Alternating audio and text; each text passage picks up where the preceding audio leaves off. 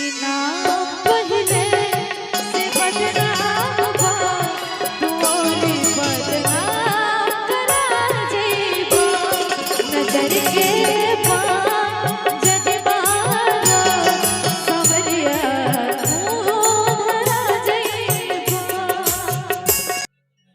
लोकगीत गाई लोकगीत गाई नृत्य कला नृत्य कला चाहिए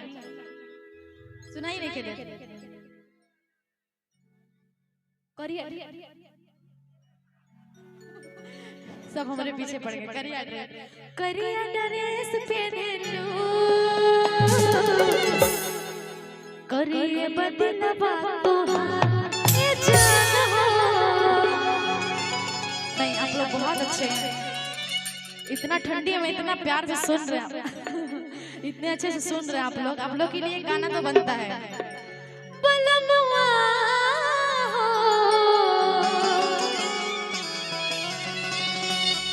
तोहरे से प्यार हो गए अच्छा और लोग आई हैं परियां आई हैं कुछ जो परी लोग वो आई हैं तो भेज देते ना सब लोग बेचैन हैं सबकी फेस का वो एक्सप्रेशन पढ़ा जा सकता है नजर के जन मारो समरिया तू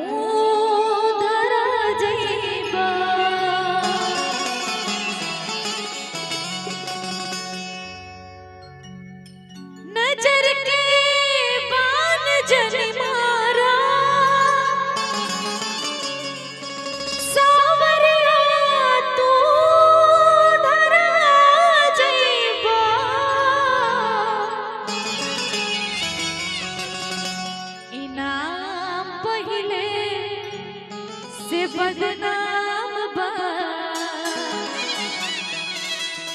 तू औरी बदनाम करा जेबा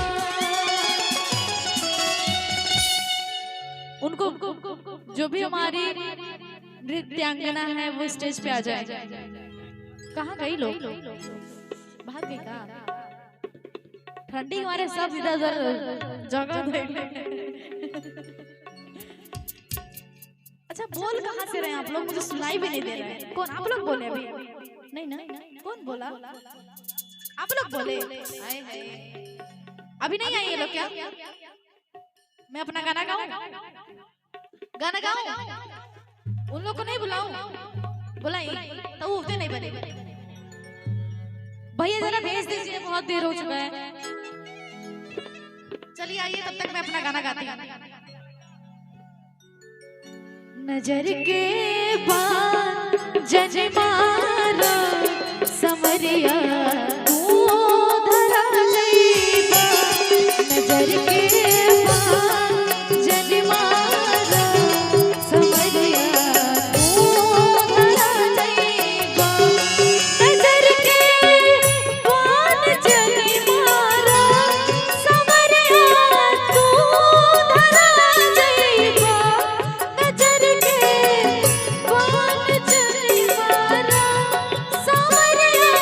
तू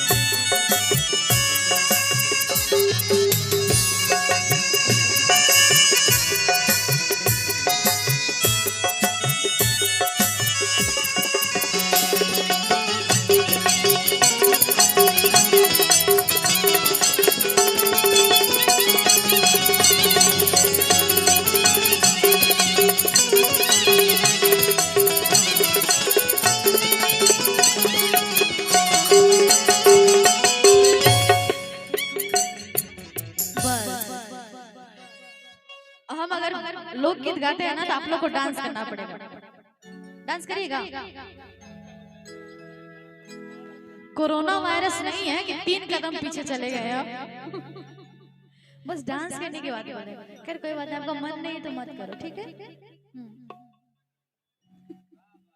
गुस्सा तो इसी वजह से पिछले जन्म में खेत काट के बैठा लगी। चलिए हमारी सारी नृत्यांगना आ गई हैं,